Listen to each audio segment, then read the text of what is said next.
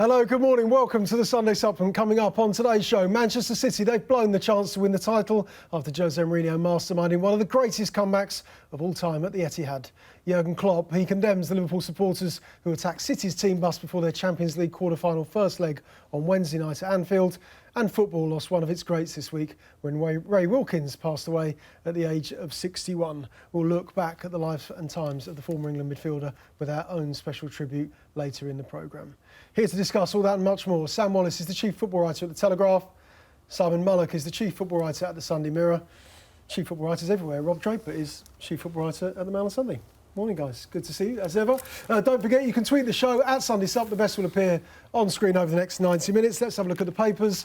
Dominated, of course, by one story, one man, Pogba, his revenge. This is Rob's paper and their take on events yesterday at the Etihad. Manchester United's thrilling comeback from 2-0 down to go on to win that game 3-2. Pog of War is the back page of the Sunday Mirror this morning. The back of the Sunday People, the headlines, not sure about some of them. Pogba humbug is the back of the Sunday People this morning. It's the Etty mad, according to the Sun. They also say that Jurgen Klopp, the Liverpool manager, is being eyed up by Real Madrid. Real Madrid won handsomely, of course, against Juventus in the Champions League in Turin on Tuesday night. The Sunday Times, of course, they reflect on that game yesterday. The one that got away, City, of course, will still go on to win the title. But it didn't happen for them yesterday at Etihad after that defeat. Some of the other games that we'll talk about later on. Harry's claim, thought he'd scored yesterday. He hasn't. The goal's been given to Christian Eriksen. That's the Sun's goals pull out this morning. And the Star, their results section. Rooney, he'd better listen to me. Sam Allardyce criticising the Everton striker after he was hauled off substituted yesterday in the Merseyside derby. We'll have a little bit of a chat later on in the programme about that. Now, of course, this was supposed to be the Manchester City tribute show, parts 1 to 5, all about the greatest side of all time, the greatest manager of all time, the best team we've ever seen in Premier League history, and they'll go on to dominate European football for years to come and the Premier League for years to come. And then, Sam, Paul Pogba got involved in this game. What happened? It was an amazing game. I think at half-time there were a lot of people, writing United off. I think it told us something just a little bit, even these are top professionals and great players, just a little bit about confidence, really. I think United had none in the first half. And Pogba, for one, I mean, he wasn't the only one, just seemed to be getting passed around. There was a moment that really stuck with me where he tried to dribble the ball out of his own half and just lost it pretty rapidly. And you thought, this is a player who just looks a bit lost, really.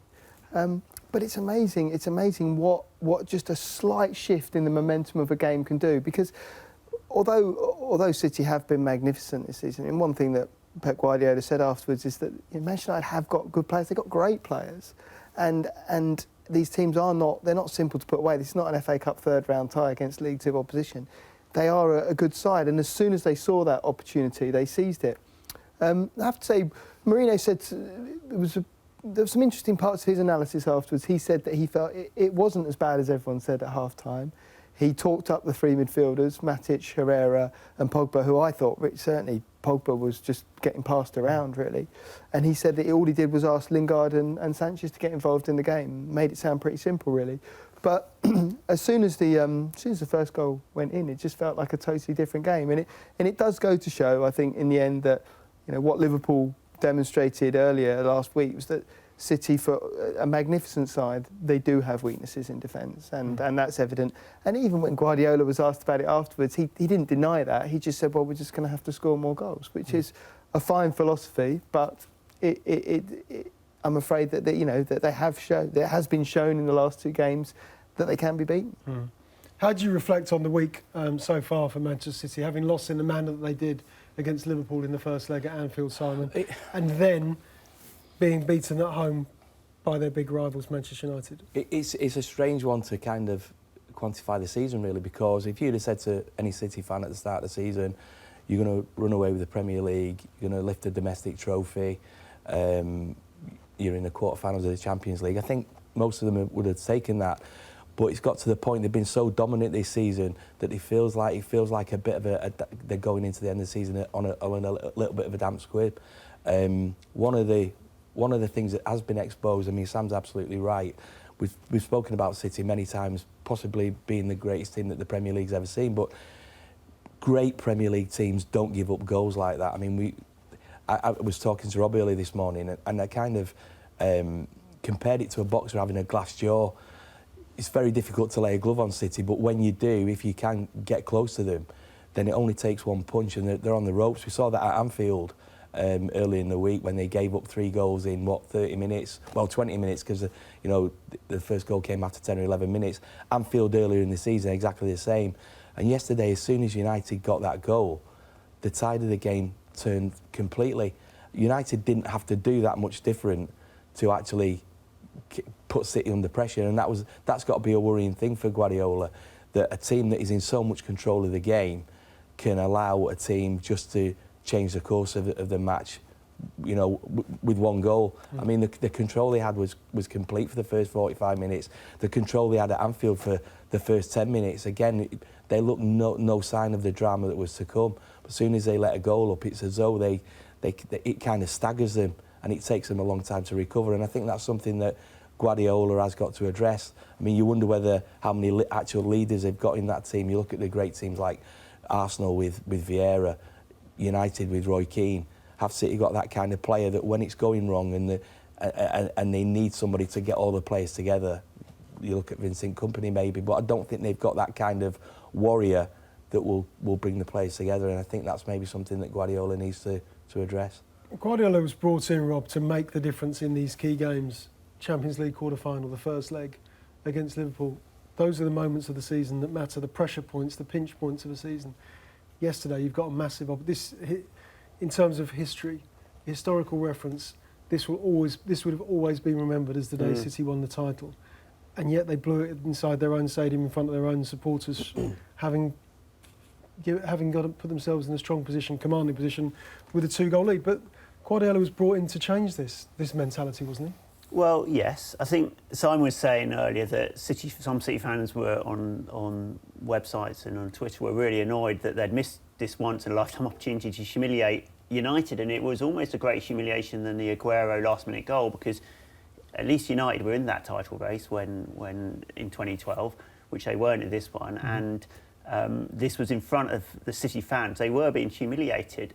However, I think you've got to qualify it all, haven't they? They were on the verge of making history yesterday and winning the league with 6 games to go. It's never been done. They are a fantastic team. They are a wonderful team. I think, as Simon alluded to, the Guardiola philosophy of getting players so far forward and attacking so much means that you are vulnerable in defence always. And when they lose, they do tend to lose big. And it does tend to go wrong big. And I remember at Leicester last season, they were 3-0 down in 20 minutes. At Everton, they got sort of thrashed. When Tottenham beat them 2-0, they had loads and loads of chances. It could have been more. And obviously, we've seen Liverpool do it twice this season. So the vulnerability's been there. Pep has changed them, though. To take your point, Pep has transformed this team. They are a better side. They're better than last season. And I think they're better than the Pellegrini and the Mancini sides. But he must know that, barring a miracle on Tuesday, he will get not called in by the owners, but the owners will be questioning what happened in Champions League, because it will be one semi-final in 10 years since Sheikh Mansour took over, which just feels kind of wrong for the amount of money that's been spent on the team, and particularly we've got Pep Guardiola in charge. That's where I'd focus that criticism, though, not in the Premier League, because I think in the Premier League they are turning into one of the great sides of all time, and they would have put a marker down. They will put a marker down when they win the league. They're still only going to have lost 2 games this season. Maybe they'll lose before the end of the season, but effectively they've dominated out of sight, haven't they? Do you think, Sam, it damages Guardiola's reputation? This week has damaged his reputation. That's all.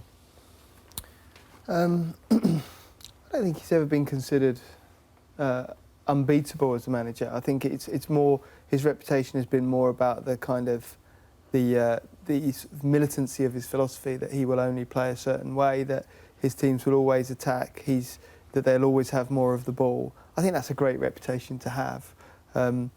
He's not perfect, no manager is, but his reputation is very much that as much as anyone can reinvent football, he certainly has tried to in the last, whatever it is, 10 years.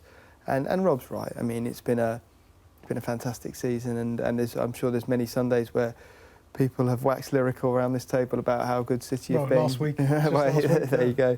So his reputation, no, I don't think so. And I also, the other thing about Guardiola, which I like, is I think he can be quite a difficult man sometimes, but he does handle defeat quite well. I mean, I thought yesterday he'd obviously made his peace with it by the final whistle.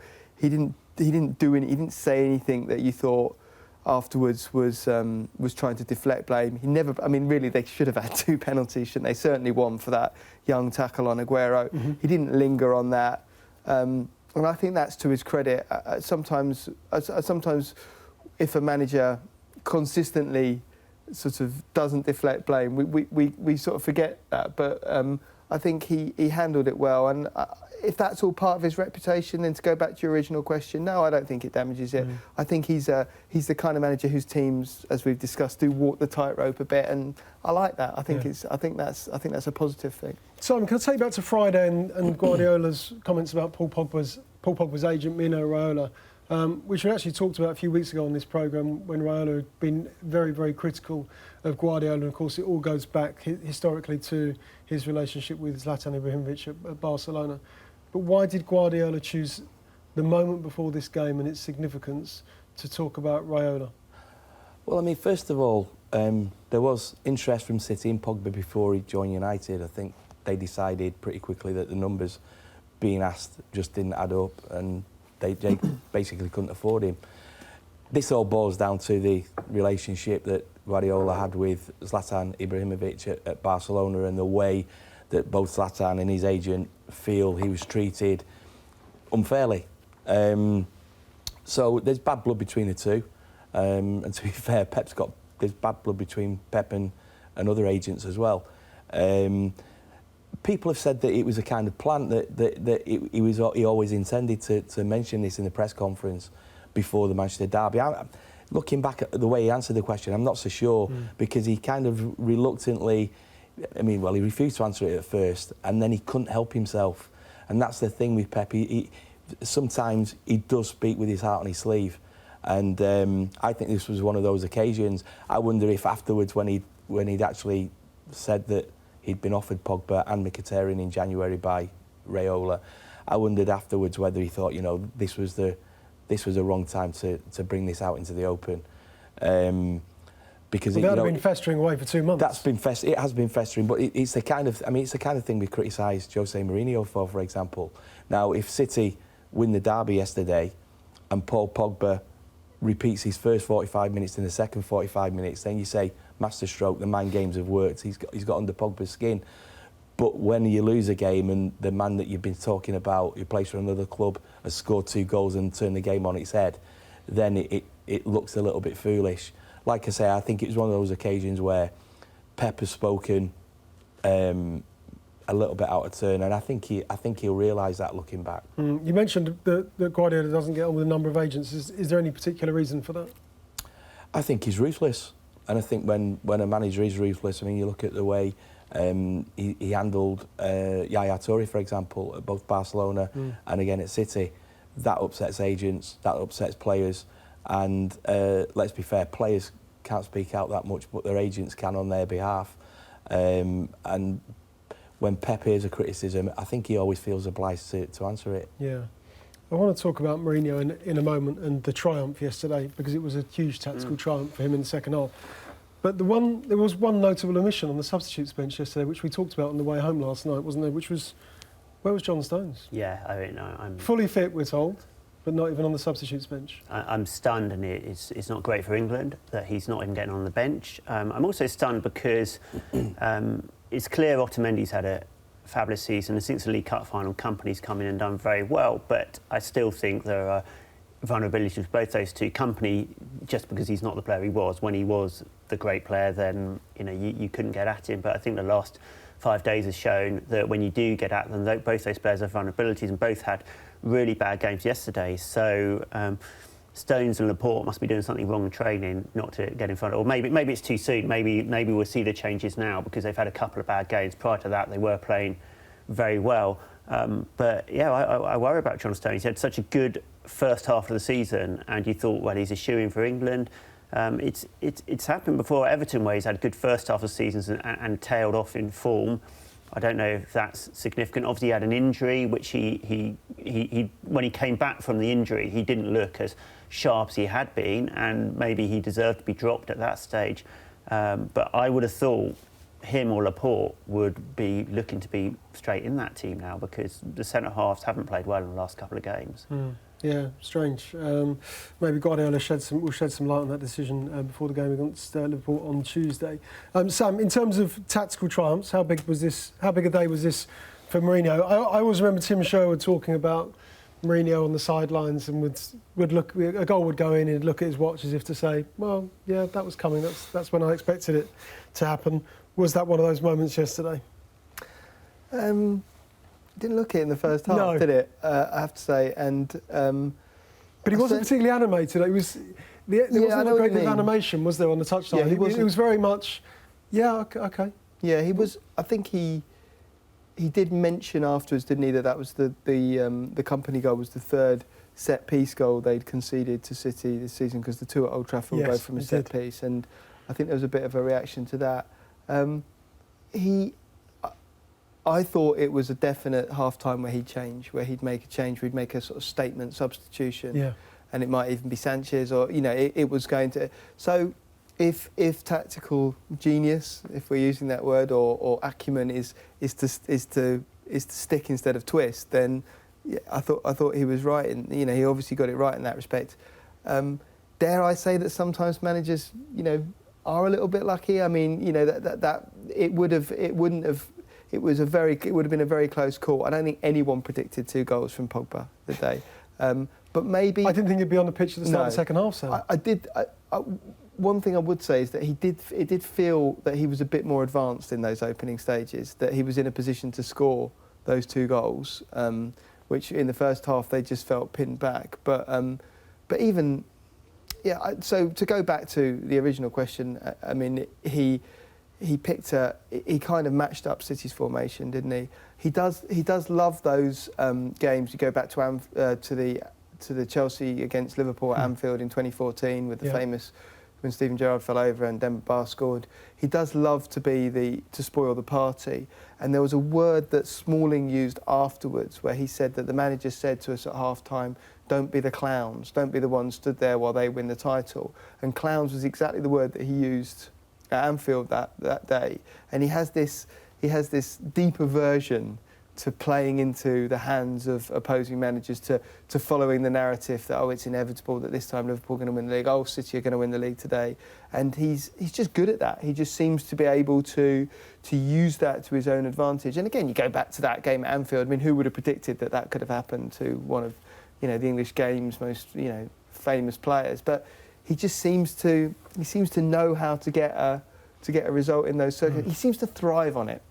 He loves to be the underdog, and he was at the start of his career. As Porto manager, it's difficult to be the underdog when you're Real Madrid manager or Manchester United manager, but he loves to play that role. I think it comes to him very naturally. Yeah, certainly a big result for him yesterday to go to the Etihad and win 3-2 with those 3 goals in the second half for Manchester United. OK, next up, we're going to reflect on the events leading up to Liverpool and Manchester City's Champions League quarter-final, the first leg at Anfield, the trouble that preceded that game. We'll talk about that next.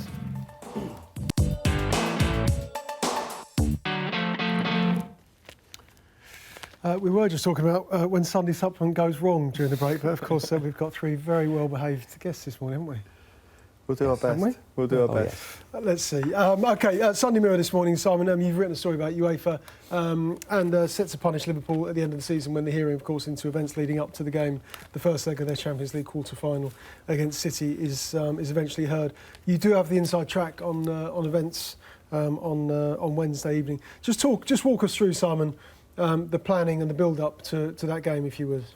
Well, I think as soon as the draw was made, and we saw certain things being put out on social media about this tradition that Liverpool have kind of built up about having a welcoming committee outside Anfield for their own team, to be fair, and also opposition players as well.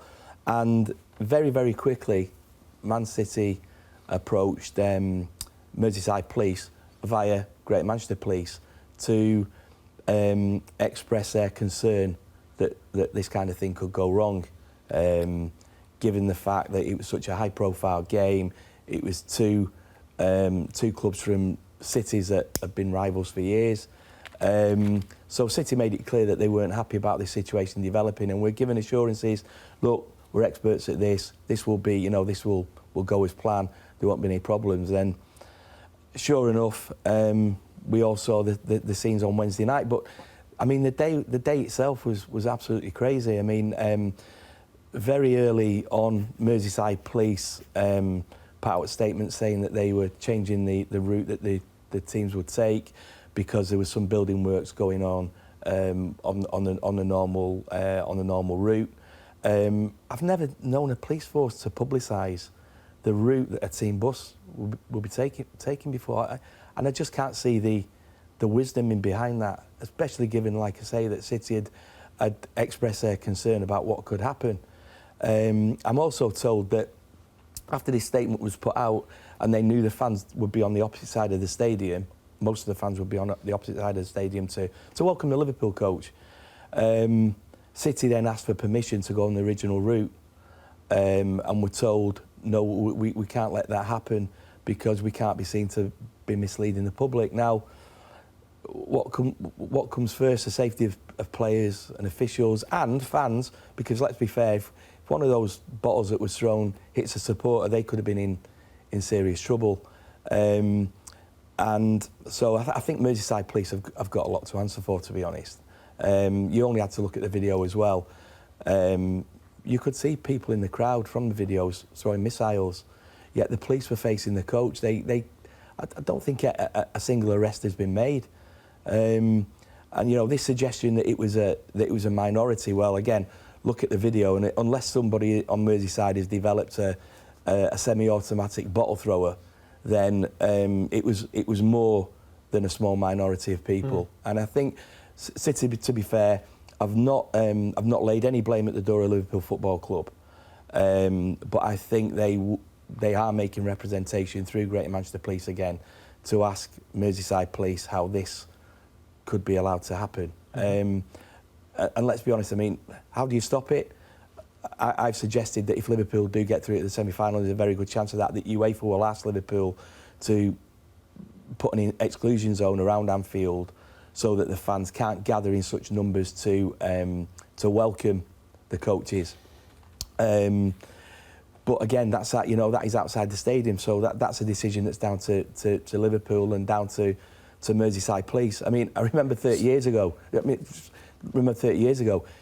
The Man United team coach being attacked and ammonia being thrown in the faces of the players. And what they did the next time United visited Anfield was they sat Bob Paisley at the front of the team bus so that the bus wouldn't be bombarded with missiles. Are we going back to those days? You hope not. Is there, just finally on that point, is there an undercurrent here between the two clubs? Has that developed over the years between City and Liverpool? Well, we all know the great Merseyside-Manchester rivalry was always Liverpool-Manchester United, but over the last few years, when City have kind of risen to prominence, that rivalry has become more intense between City and Liverpool. 2014, for example, huge game at Anfield, Liverpool win it 3-2. One of the games of the season, fantastic entertainment value. It was the 25th anniversary of the Hillsborough tragedy as well. Liverpool fans should have been celebrating it. After the game, a City coach was smashed up then as well. And you think, like I said earlier, are we going back to the crazy days? And you've just got to say, look, having fans in those numbers, so revved up. I mean, Anfield on a European night, we've all been there. It's absolutely fantastic. It's one of the great occasions to be at. You feel privileged to be in Anfield on nights like that. But, the fans are getting a little bit too caught up in the kind of emotion of it all. It does give Liverpool an edge, but they've got to make sure that they don't overstep that line. Are you worried, Rob, that this is creeping back into the game in various guises? We saw West Ham a couple of weeks ago, the Burnley game at the London Stadium. We actually started the show the following day talking about that. Holland against England, same again. Very, very unusual for us to start the programme talking about the behaviour of English supporters, but we felt it was the right thing to do. And then again today, of course, we're talking about it after the Liverpool-Man City game. But do you feel that it's creeping back into the game? It's difficult to say without having a bigger sort of spread of incidents and maybe sort of taking it over 5 years. I'm not sure that kind of when passion goes wrong, when it overspills, and I'm not sure it ever really went away. I think what happened was policing got better, CCTV got better, and it kind of put a lid on a lot of trouble. But it's always been simmering there, and you've seen it sort of burst out. I think with England, I never really thought that went away. I don't think in major tournaments you haven't seen it, but the major tournaments have been in places like Ukraine and Brazil and places that are much more difficult to get to. Sure enough, as soon as you get to somewhere like France, where it's very easy to get to, there's plenty of incidents, many of which England fans were on the receiving end of from Russian fans, so it's not like it's a one-way street. But there was much more disorder in France, obviously, because it's easier to get to. And I think the Holland game was a case of not many people are going to Russia for obvious reasons, so Holland was the big trip out, sort of, which kind of replaced the World Cup. So I'm not sure it's ever particularly gone away with England. In the Premier League, inside the stadia, West Ham apart, it generally is much more controlled for all the reasons just discussed. And so then we're back to the Liverpool incident, and they can't allow that to happen, can they now? I mean, I think Klopp's stance was very strong and good on Friday, that if Liverpool fans are going to listen to anyone, it's going to be Jurgen Klopp. And I don't think managers always realise how important they are as leaders in how fans behave. And I think he's made it. He was really angry, clearly. And also he's angry because what's been a tradition that in Liverpool's title run and was seen as something very positive, it's kind of gone now. And Pep alluded to the bomb thrown at the Dortmund bus, didn't he, in the Champions League? And that was my thought on Wednesday night. It's like, how on earth can you police this and be sure there's no security risk? This is ridiculous. They're going to have to do something to stop it. They can't allow that situation to develop again. Sam, do you think the media, do you think newspapers should take more responsibility in terms of the coverage? Because I always feel that it's all about the headers and corners and the volleys, but when it comes to crowd violence and crowd disorder, that sometimes we're very, very reluctant to give it due prominence. Well, I don't know about that. I remember that weekend when the West Ham fans were on the pitch, I actually thought that some of the papers went a bit over the top, really. I thought they didn't take into consideration some of the frustrations the West Ham fans were feeling at the time. If I had to I think, as we've discussed before, we do have a legacy of hooliganism in this country, which none of us want to go back to, and it was terrible. And you wouldn't want to take your children to the kind of games that probably our dads took us to in the 70s and 80s. Yeah. So, I think that I would compare the Liverpool incident, and I could see how upset Klopp was about it, and the club really were. They don't want. I mean, Liverpool were really embarrassed, and I thought that it was good that they responded in the way they did. I would compare that incident more to do you remember I think it was the last game at Upton Park, wasn't it, when the West Ham fans attacked the Manchester United coach, and that was. I mean, I've defended the West Ham fans over their protest at the London Stadium, but there was no defence for that. That was just abject. The difference is, though, with the West Ham incident is that was a series of unfortunate events making the perfect storm for that to happen, because in terms of they were late, the bus was lost, I think they were blocked from going down a road, they basically ran into 100 or so, 1,000 or so West Ham fans who were having a drink or whatever before the game, whereas this was an organised kind of turkey shoot. And there's a video was posted online by Sam Lee of Goal of a Liverpool steward using a megaphone to say to fans, ladies and gentlemen, the coaches are just approaching Everton Valley, please take up your positions. What for? There was a photograph of a Liverpool fan stood on the roof of a police van. I get what you mean, and obviously that's wrong, completely wrong. I think that we would all agree that the Champions League has become such a massive corporate vehicle. At City they've really rejected it, haven't they? The anthem, that nonsense. You're forever bombarded with Heineken this and Gazprom that, and I when you look back at what European football used to be, it used to be a bit rowdier. It used to be a bit less of a kind of spectacle for television, dare I say. And I think it's very, very hard to strike the balance between allowing fans to create a bit of a hot atmosphere and then it spilling over. And that, no doubt they got it wrong. They got it wrong at Anfield. But I would hate for it to become so clinical that we just had... Yeah. It felt like we were just playing in some kind of computer-generated stadium where the fans are holding up mosaics and there's just no atmosphere whatsoever. I much prefer it. I much prefer it when there's a bit of edge, but it can't go over the top. Yeah, we enjoy the hostility, but we don't like it to cross the line. OK, next up, we're going to reflect on Oliver Holt's column this morning. He's been talking and writing about his hero, Ray Wilkins, who passed away earlier this week.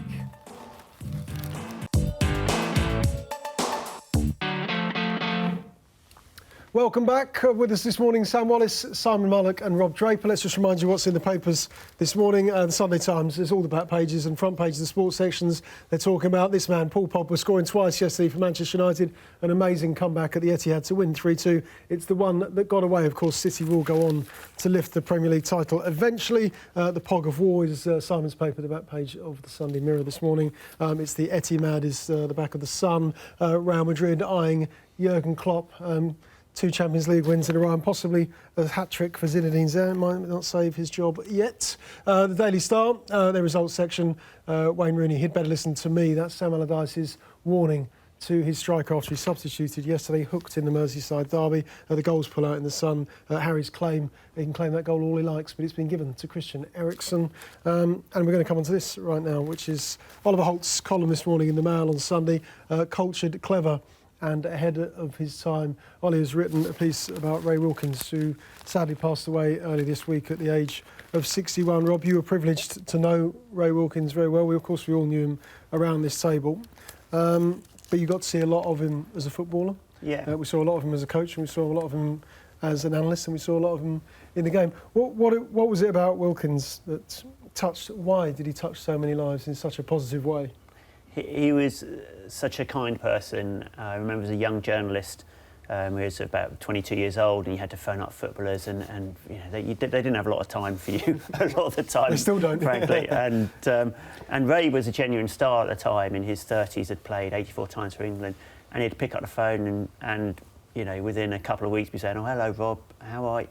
And you were sort of a bit blown away by that. I know we were quite easily flattered, but he was always just very gentlemanly and very polite, and had time of the day. He appreciated the job we did as journalists, so I suppose that always that's always guarantees you a good press in a sense. But then, also as a player, I watched him at QPR, which is a bit of a neglected period of his career in the late 80s and early 90s, but he was absolutely fabulous. I mean, at that stage, because he wasn't asked to do all the work, because he had Simon Barker or Ian Holloway doing all the work for him, he just sat there and passed, and he ran games. He just absolutely ran games. And QPR were finishing consistently in the sort of top 6, top 8 of the Premier League, and it was largely down to Wilkins. He was an absolutely outstanding player and probably should have got an England recall in that period, but because it was at QPR and it wasn't quite as noticed, was overlooked. I mean, I actually think it was some of the best football he played in his career. And then we sort of got to know him, you got to know him as a reporter, and then he became an analyst like us, and you'd often see him at games, and he'd always asked after you, he'd asked after your family, and he took a genuine interest in you and what was going on in your life. So he was loved by so many people, firstly because he was a decent human being, and secondly because he was such a great player. Of course, he was a former Manchester United player. I was particularly impressed yesterday by, at the Etihad, the minutes applause to respect his career, but that of course was replicated across Premier League grounds all over the country, because Wilkins had touched so many people's lives and so many people had seen him play over the years for so many different clubs. Yeah. I mean, I think it just shows you the measure of respect. We saw it with Sir Regis a couple of months ago, that these players are loved, and it's probably only when you look back and remember them that you think what great players they were. I mean, England are crying out for a player like Ray Wilkins now, and it's amazing to think that he used to get criticised because he kept the ball. He'd pass the ball, maybe he wouldn't pass it forward all the time, but he was a player that could keep the ball. I only met Ray once and agree with absolutely everything that Rob said. He was just a lovely, lovely man, but the kind of abiding memory, I've got a couple of abiding memories of him. Watching him when I was a lot younger. One was the goal he scored for England, which has been replayed many times in the European Championships in 1980 against Belgium, which it was, you know, just a fantastic, kind of an iconic championship goal, really, because, you know, I think it was the first time I can remember England playing in a major tournament, because we'd not been qualifying for the World Cups, and I think that was the opening game, and he scored a great goal. And the other one was the 1983 FA Cup, was it 83 FA Cup final against Brighton? Yeah.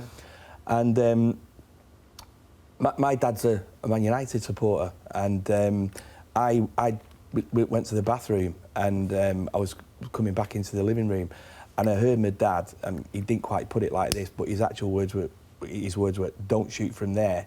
And then the next thing I heard was a scream, and then you go in and you see the replay, and again, for a player that was kind of renowned for maybe not being an attacking midfielder, it's those two goals that kind of stand out with Ray Wilkins for me. Yeah, and he had a long and varied career, not just as a player, but also coach and manager as well, Sam, didn't he? Yeah, I mean, it's incredible when you look at the list of clubs that he worked for. It seems to be jobs that I'd even forgotten he'd had. Well, you mentioned Fulham to me a few minutes ago. I didn't even realise. Well, I'd forgotten that he'd worked at Fulham. I didn't know him as well as the rest of you guys, but I mean, I saw him just a few weeks ago in front. He used to have, I think he had season tickets just in front of the press box at Stamford Bridge, and he was a kind man. He I don't think we should shy away from some of the difficulties he had in his career. He gave a very honest interview to Matt Lawton a couple of years ago about suffering depression and also going to Alcoholics Anonymous. And there was a really good piece in the Times yesterday by Ollie Kay about talking about how football can do that to you, about even a great player like Ray Wilkins, who could walk down any street in this country and be recognised and have people want to share stories about his life, that can affect people. And Ollie mentioned also the inquest into Dermot Drummy's death, which returned a verdict to suicide, and so it's very important. I think we should definitely celebrate Ray Wilkins' career and what a great man he was, but we shouldn't forget his honesty about how hard he found sometimes finishing playing. He had an amazing career. He played for AC Milan, for Manchester United, for Chelsea, really big clubs. And like we've said here, he probably played at the 1980s was not a great time for footballers who like to pass the ball, but he still thrived. But I just hope that when we remember him, we also remember that even famous people, even really successful footballers like him, they can have the sort of problems that anyone else can encounter. Is there a way that football can help players? Is there another way, Sam? Can we think of another way to help footballers? Because look, he had a magnificent playing career, and everything. At the moment he was at QPR, wasn't he? He was the player coach at QPR, went on to become the manager, assistant manager to Ancelotti, of course, at Chelsea, considering that he'd had a long and varied career. And from the outside, on the face of it, you'd think this guy doesn't have a problem, doesn't have any problems. He's got a great job, great lifestyle, great career. Yeah, it's. I mean, it goes back to. I just think that the basic premise that they are human beings. Even we see them do these incredible things, and certainly players from our childhood, that we kind of, I think we sometimes imbue them with superhuman powers because they have such a profound effect on you when you're a child watching them play for their country. But they're just normal people. I have to say, the story that Nigel Quasi told about him, it was the one that I found really touching. That when he gave him his debut, I think it was at Old Trafford for QPR, Nigel Quasi said he came from a single-parent family. His mum didn't even have a phone, and Ray Wilkins secretly brought her up on the train, gave her a phone, and when he came out of the dressing room, she was waiting for him. And I just thought that was a beautiful story, and I think for all that he achieved, that stands alongside it. Yeah, very impressive stuff. You saw a lot of him at QPR. I think you said that he made more appearances for QPR than any of his other clubs, didn't he? Yeah, one of the other great clubs he played for, obviously. Left that one out by mistake. I noticed you missed it. It's difficult to overstate because so few people saw it. And remember, this wasn't the day when, obviously, you had Match of the Day, but it wasn't as much football on television. It's really difficult to overstate how well he played for QPR. And I know, sort of talking to QPR fans or watching their reactions this week, that was a universal reaction. He came to QPR at the end, what everyone felt was the end of his career, and I think he had 5-6 seasons there. He just went on and on and on.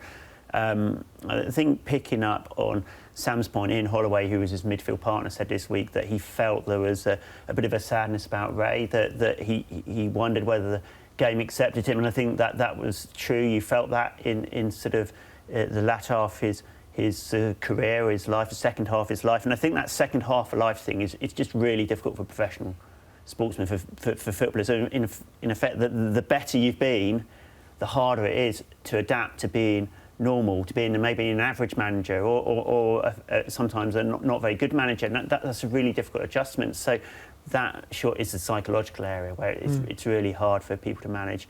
Ollie's right, though, in his column that being out of step with his time. I mean, how we would love a holding midfielder who could just sit and pass the ball like Ray Wilkins did. I mean, at times it was like Xabi Alonso, it really was. He could just sit there and dictate a game, and England doesn't produce those players, or doesn't traditionally produce those players, and he was in an era of 4-4-2 where everything was like back and forth. He had to be a box-to-box midfielder, and that's why I think when he was older he played his best football, because he didn't have to do that anymore. No one was expecting him to be a box-to-box midfielder. Yeah, he was a master, wasn't he? In terms of his Chelsea career, just because that's the most recent, I guess our most recent memories of him as a Chelsea coach, Rob, was he treated unfairly at the end? Well, it was difficult because he was so... obviously, he was sacked shortly before Carlo was sacked, but Carlo was in his end days at that time, and everyone kind of knew it. What I'd say about is that Carlo Ancelotti really valued this human side he put into that dressing room. So that was really important. And if he was treated unfairly, he didn't hold a grudge, because he still had his season tickets and he still loved Chelsea very much. I mean, coaches come and go at clubs. I mean, I'm loath to blame clubs too much. If you take a job as a coach or manager at a club, you know it's a 2-3 year gig.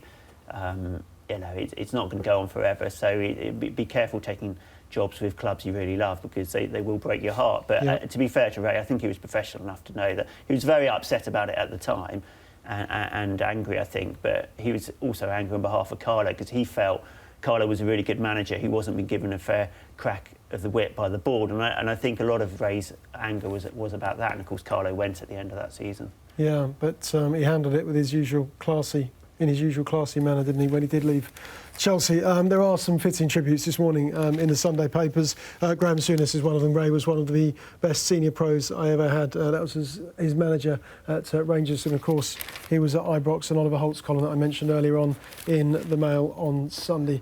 That was Ray Wilkins, who sadly passed away early this week at the age of 61.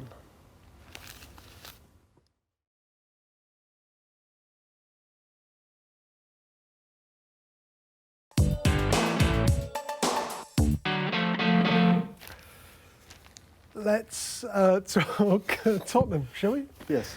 Did you want to talk Tottenham, or do you want to talk about other subjects? No, that's fine. We'll talk about Daniel Levy and his... That's it. That's what we'll do. Has he earned £6 million a year? We know he's earned it. Has he earned it? Well, he is. Him and Joe Lewis are the boss, so they can pay themselves whatever they like. I think it's funny because a couple of weeks ago you'd compare what you expect to be Spurs' move to a new stadium to what West Ham's has been like, and you think, well, Spurs look like if the financing is as secure and they can afford it as they say they can, then it looks like it's going to be a great move. They've got a team that's a fraction of the cost is a solid Champions League contender. So has he done a great job? Definitely. I mean, Levy's had criticism over the years. He's from all sorts of quarters, but the one thing I'd always say about him is that he always sort of learns from the mistakes he made, going all the way back to when they lost Sol Campbell on a free. He doesn't make the same mistake twice. And Tottenham, in appointing Pochettino, in punching beneath their weight in terms of their wage bill and their net spend, have done incredibly well. What I'm curious to see is, so I think the salary that he was, including bonuses, was something around £6 million. That may put him as, I mean, we don't know for sure, but we think that's roughly the top earner at Spurs.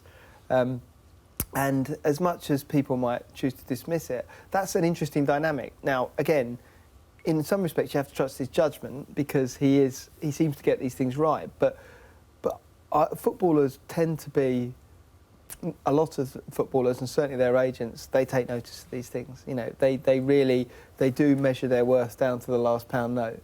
And so it will introduce an interesting aspect to contract negotiations, I should imagine. I kind of believe that the manager should be the highest paid person at the club. And I remember for years, Fergie wasn't at United, and actually David Gill changed that when he became chief executive. He said, that's not right. This is, the greatest manager this club has ever had. He has to be the highest earner. And I think that absolutely is right.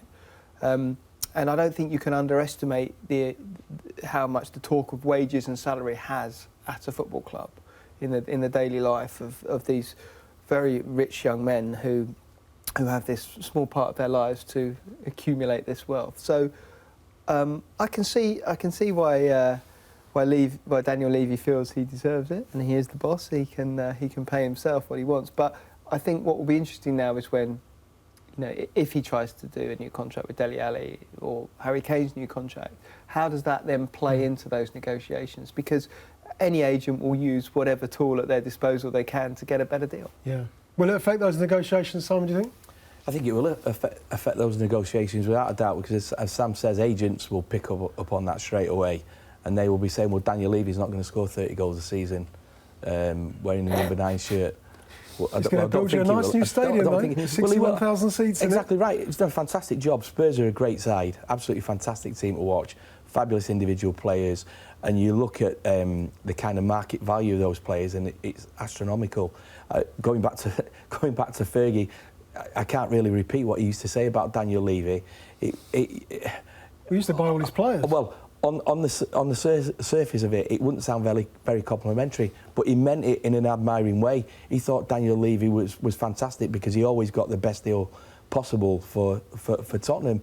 If he had to sell a player, then he would absolutely screw the other club to the floor and get the money out of them. The problem is, exactly like Sam said, it's when you come to renegotiating contracts, and Tottenham have already got an issue with Alderweireld not signing a new deal.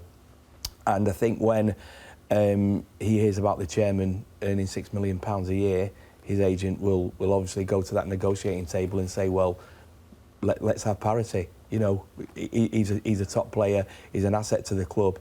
I don't think he'll get it, by the way. But Daniel Levy always seems to come up with an alternative, that when one player leaves Tottenham, another one just comes in, and it's seamless. So in terms of the job he's doing, it's fantastic.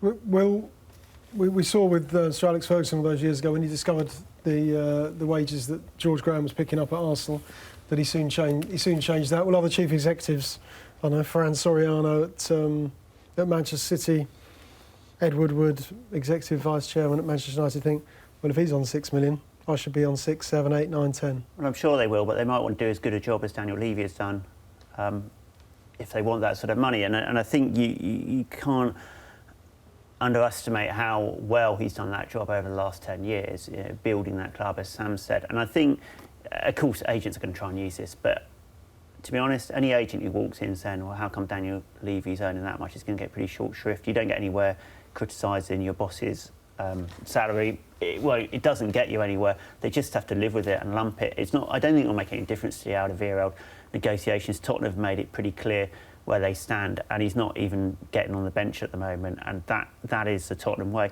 And that tells you that Pochettino's on side as well. It's not like there's a big rift between the owner and the manager. Pochettino is a really ruthless guy. He did it to Carl Walker last season when Carl Walker walked in and said, I think I might want to leave. And Pochettino's big problem was, hold on a second, why are you telling me this with 10 games? I can't even remember exactly, but it was with a couple of months to go to the end of the season. You could have told me in the summer. And he was just out from that moment. And he's managed the fullback situation well. So if Danny Rose leaves in the summer, you won't feel as big a blow as we all thought it would be 9 months ago, because he's managed new players in. I think the chairman and the manager are really close there. I know Daniel Levy gets annoyed with the cheap salary thing, because they feel in bonuses they pay a lot in bonuses, and so qualifying the Champions League will top up those players' wages. But I'm just not sure agents will get anywhere. I don't think they're going to bend. I don't think they're going to change. Obviously, Harry Kane's going to get a big upgrade, but I don't think it will be in relation to Daniel Levy's salary. I think you can't kind of overestimate the value of having a chief executive who gets the football side of things right, but also gets the commercial side of things right. There are a few chief executives in the Premier League who are good at one thing and not the other. And you mentioned Soriano before. he looks after the commercial interests at Manchester City, and they've actually got another guy, Chika Bergeristan, who looks after the football side of things. So, in a way, you could argue that Daniel Levy is doing the whole gambit of the job, and he's doing it much better than anybody else. He's always firing his commercial people. And I mean, there's in Charlie Sale's column, there's always a new person hunting out naming rights for White Hart Lane. It's sort of every 2 months it seems to be someone different. Yeah. And they haven't got that deal yet. I mean, West Ham are no close to it either. But yeah, he does. He seems to he runs a tight ship. But I still feel that. I mean, Tottenham's the big prize with Tottenham is the value of the club has grown so massively. I mean, Lewis and I'm pretty sure that, I don't know the exact number, but Daniel Levy does own part of ENIC, which is the holding company for Spurs. So really, the big prize is not what he might pay himself this year. It's when eventually the club is sold. It will just its uplift in value is just enormous from when they bought it. Just to finish off, Sam, the players that we mentioned, Danny Rose, Alderweireld, the contract renegotiations or the standoff over those deals. What do you expect to happen with those two players? Will they leave, Rose and Alderweireld? I think so. I think Rose. It's been on the cards for a long time. I mean, there's that great interview he gave, No Holds Barred, to Dave Kidd, wasn't there? Where it felt like I'm amazed he's still there, to be honest. So I think it's. I think he's definitely on the way. I mean, the thing with that, when you go this late without re-signing a player, it just feels the same with Alderweireld, that if this deal was going to be done, it would be done by now. But I don't think either of them are irreplaceable. They're both really good players, and they've Tottenham's been good for them, and they've been good for Tottenham. But I don't think the level that Spurs buy at. I mean, you look at Sanchez has done so well for Spurs, so they've got the track record there. They won't get them all right, but you'd back them to have the replacements already lined up. Yeah, sure. Okay, as Tottenham wrapped up, we need to talk about events at the foot of the table. Let's start with West Brom, actually, Simon, because it waits a long time in football, as we know. They sacked Alan Pardew at the start of the week. Was that just one of those catastrophic decisions appointing Pardew that they got wrong, and they finally accepted this is the wrong man for the job, wrong time, let's move on? I mean, clearly, when you change your manager, when you're in the position that West Brom were and still are, then you expect to get that bounce, and it just never materialised under Alan Pardew, unfortunately for him and for the club. He always had major problems after the taxi incident in Barcelona, because he then kind of got the impression that he'd lost control of the dressing room, and it was senior players who were involved in that incident as well, and you're thinking, well, if he's not quite got the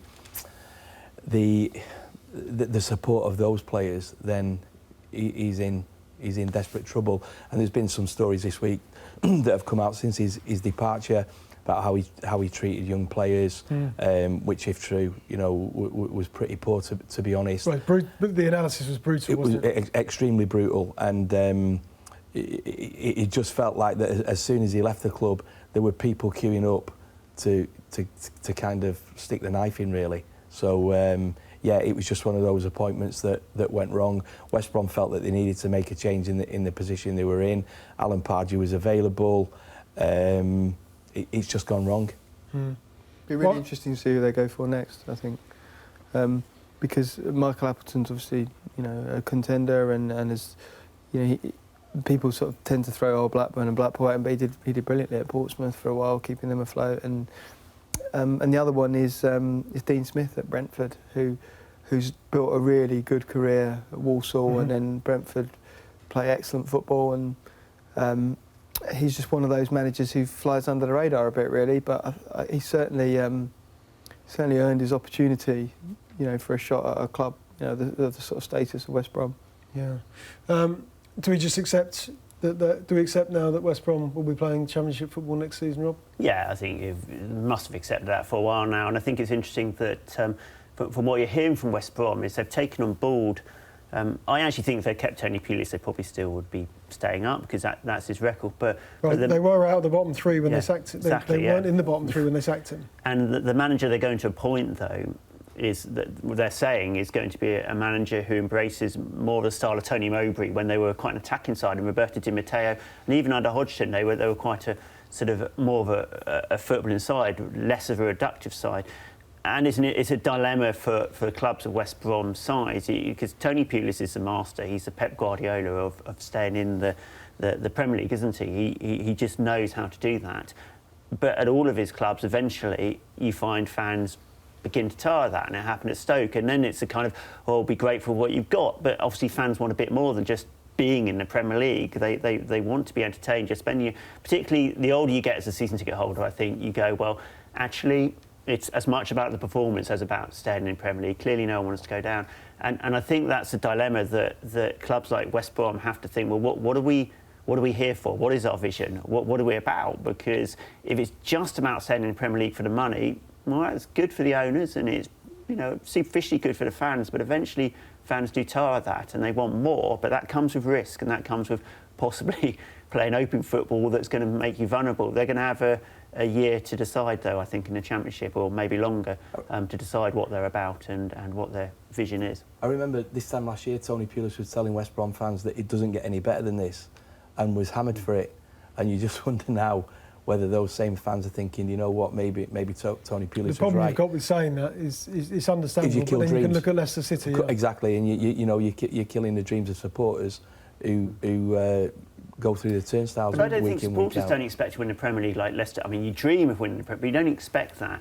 But I think you can get away with a lot playing like Brendan Rodgers did at Swansea, or Roberto Martinez did at Swansea, or you can get away with a lot going, okay, if I'm being entertained every week and we're sixth bottom, some fans will go for that because you're seeing something that's aspirational, that's magical on the football pitch. And after a while, the grind of staying in the Premier League can become relentless. But hey, the money, the rewards are there. That's what the manager's paid to do. That's what he would say. I'm paid to keep them in the Premier League, and I do it. We'll talk about Southampton because they play Arsenal in the next part. Sam, I just want to finish off with Stoke City as well. But they lost at home to Tottenham yesterday. But Paul Lambert hasn't been able to have a galvanising effect on Stoke City. Why hasn't he been able to find the little bit of magic that's needed to take a team out of the bottom three? I think they went through a lot of change, didn't they? And they lost some key players. Well, they sold or released players like Bardsley and Arnautovic, Whelan. A kind of core of what they were about, and it's been hard for them. It's been hard. He's having to rely on the likes of Shaqiri and so on to try and. I think it's more. Looking at it from a distance, it looks like he's relying more on individuals to try and get them out of this. He's rung as many changes as he can, but I'm not sure that I think the whole sort of the strengths of Stoke have been chipped away at over the years, and it's hard to maintain what they had. I don't think any. I think there's a good sort of 12 clubs, 11, 12 clubs that there's no kind of God-given right to be in the Premier League, and you do go up and down, and obviously every fan is in his own silo or her own silo and they see it one way. But there was always going to be a time, you imagined, in the life of Stoke, in the life of West Brom, where they were going to be back in a relegation battle. You should show that great picture of Antonio Conte. Well, I'm about to. What I'm amazed at is that he's got... the element of surprise as well. It's like, okay, I'm putting it... No, you've got to show it now. I'm going to show it. Because the great thing about it is not only has he got a rich thatch of hair on his head, he also seems to have quite a lot on his chest as well. Why are you obsessed? Why are you obsessed with people's hair? This is not working on TV unless you hold that picture up. Let's have a look at it. Let's see what Antonio Conte makes of this picture a little bit later. He's getting some sleepless nights as manager of Chelsea. He's got a good head of hair, hasn't he? He has. I mean, astonishing. Is he using the dust? Astonishing. The magic dust. It just seems to get thicker and thicker every week. He's in the thick of... he's struggling to keep his job by the looks of things. As Chelsea manager, they play West Ham this afternoon at Stamford Bridge. We're also going to talk about Arsenal. They play Southampton at the Emirates. That's all coming. It's all coming up next on the Sunday Supplement.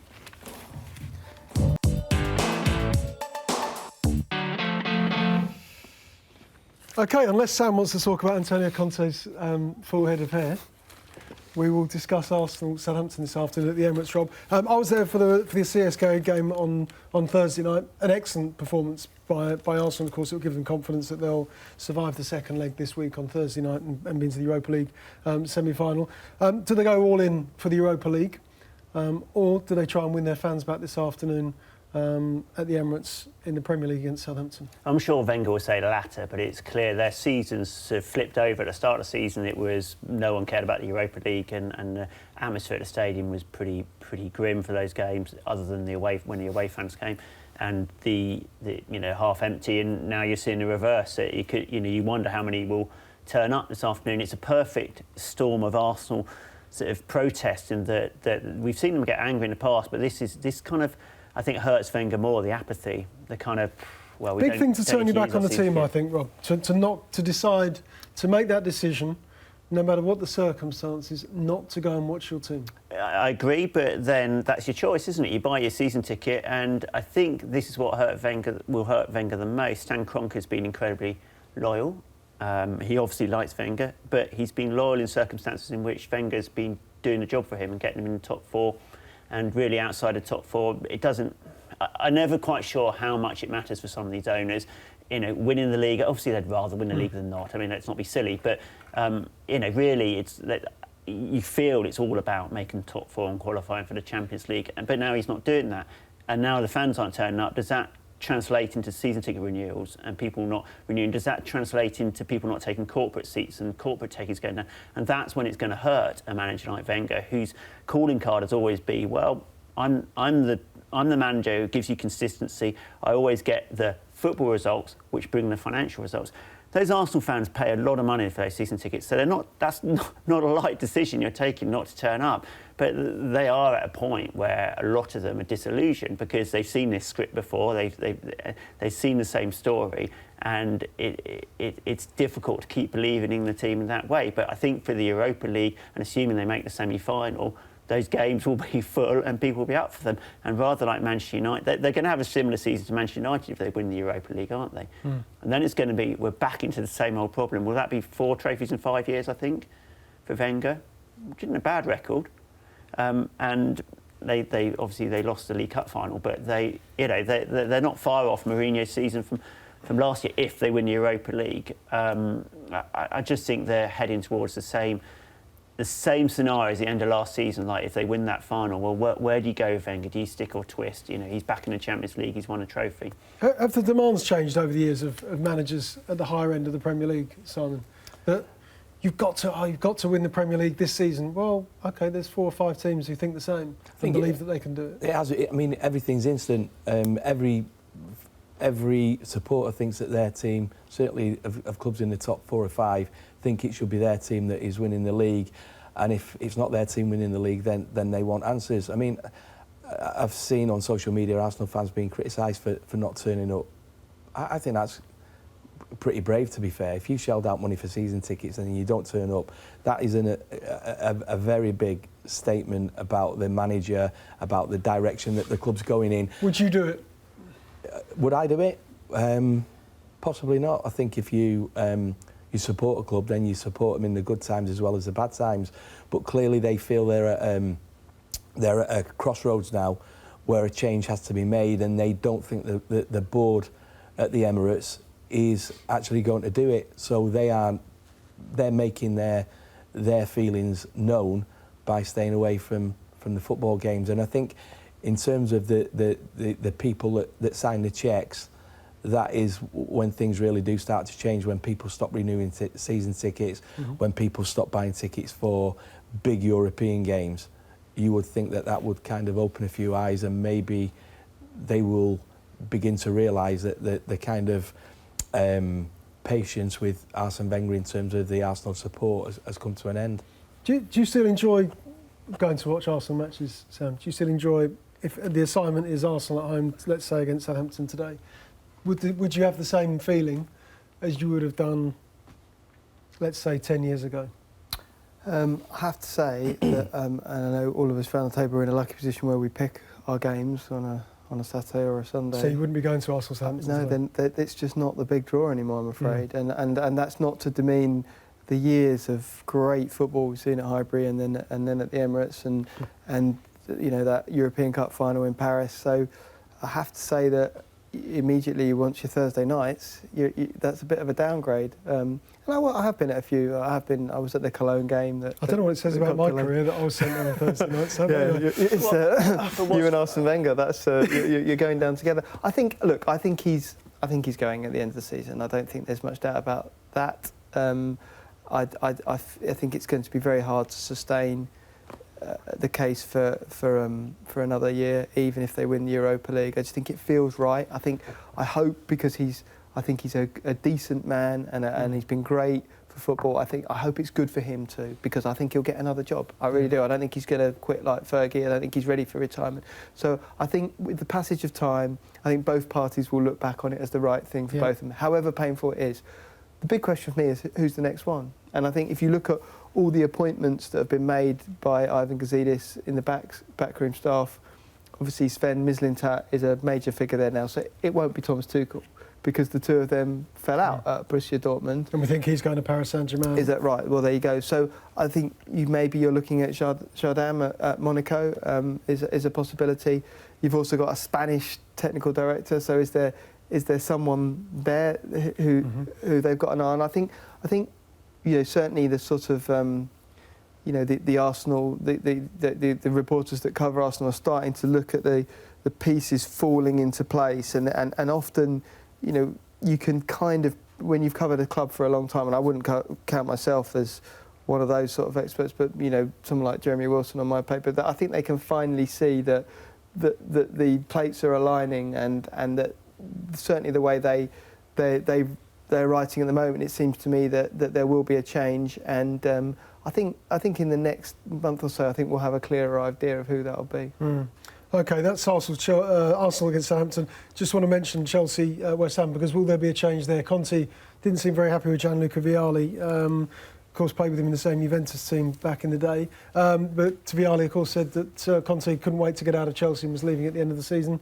And Conte very publicly on Friday said, that's not the case at all, I'm staying. Yeah, but we've read his script before. We've seen this film before. It's the Chelsea. It's the end days at Chelsea. You wind down the season. I mean, the killer for Chelsea managers has always been, and in fact, they always. Normally, they've managed to get in that Champions League, but normally when Chelsea managers got sacked in the past, or when it looked like they might not get in the Champions League, and the fact that it looks unlikely they'll make the Champions League, I think will give the board the excuse to say, well, it's time for the change. And obviously, then is it Allegri, is it Luis Enrique? There are first-rate managers out there who can slot into that role, and I think what Conte. I like Antonio Conte. We've enjoyed sort of having him at press conferences. I've gone on a couple of tours, Chelsea tours, where he's been really good company.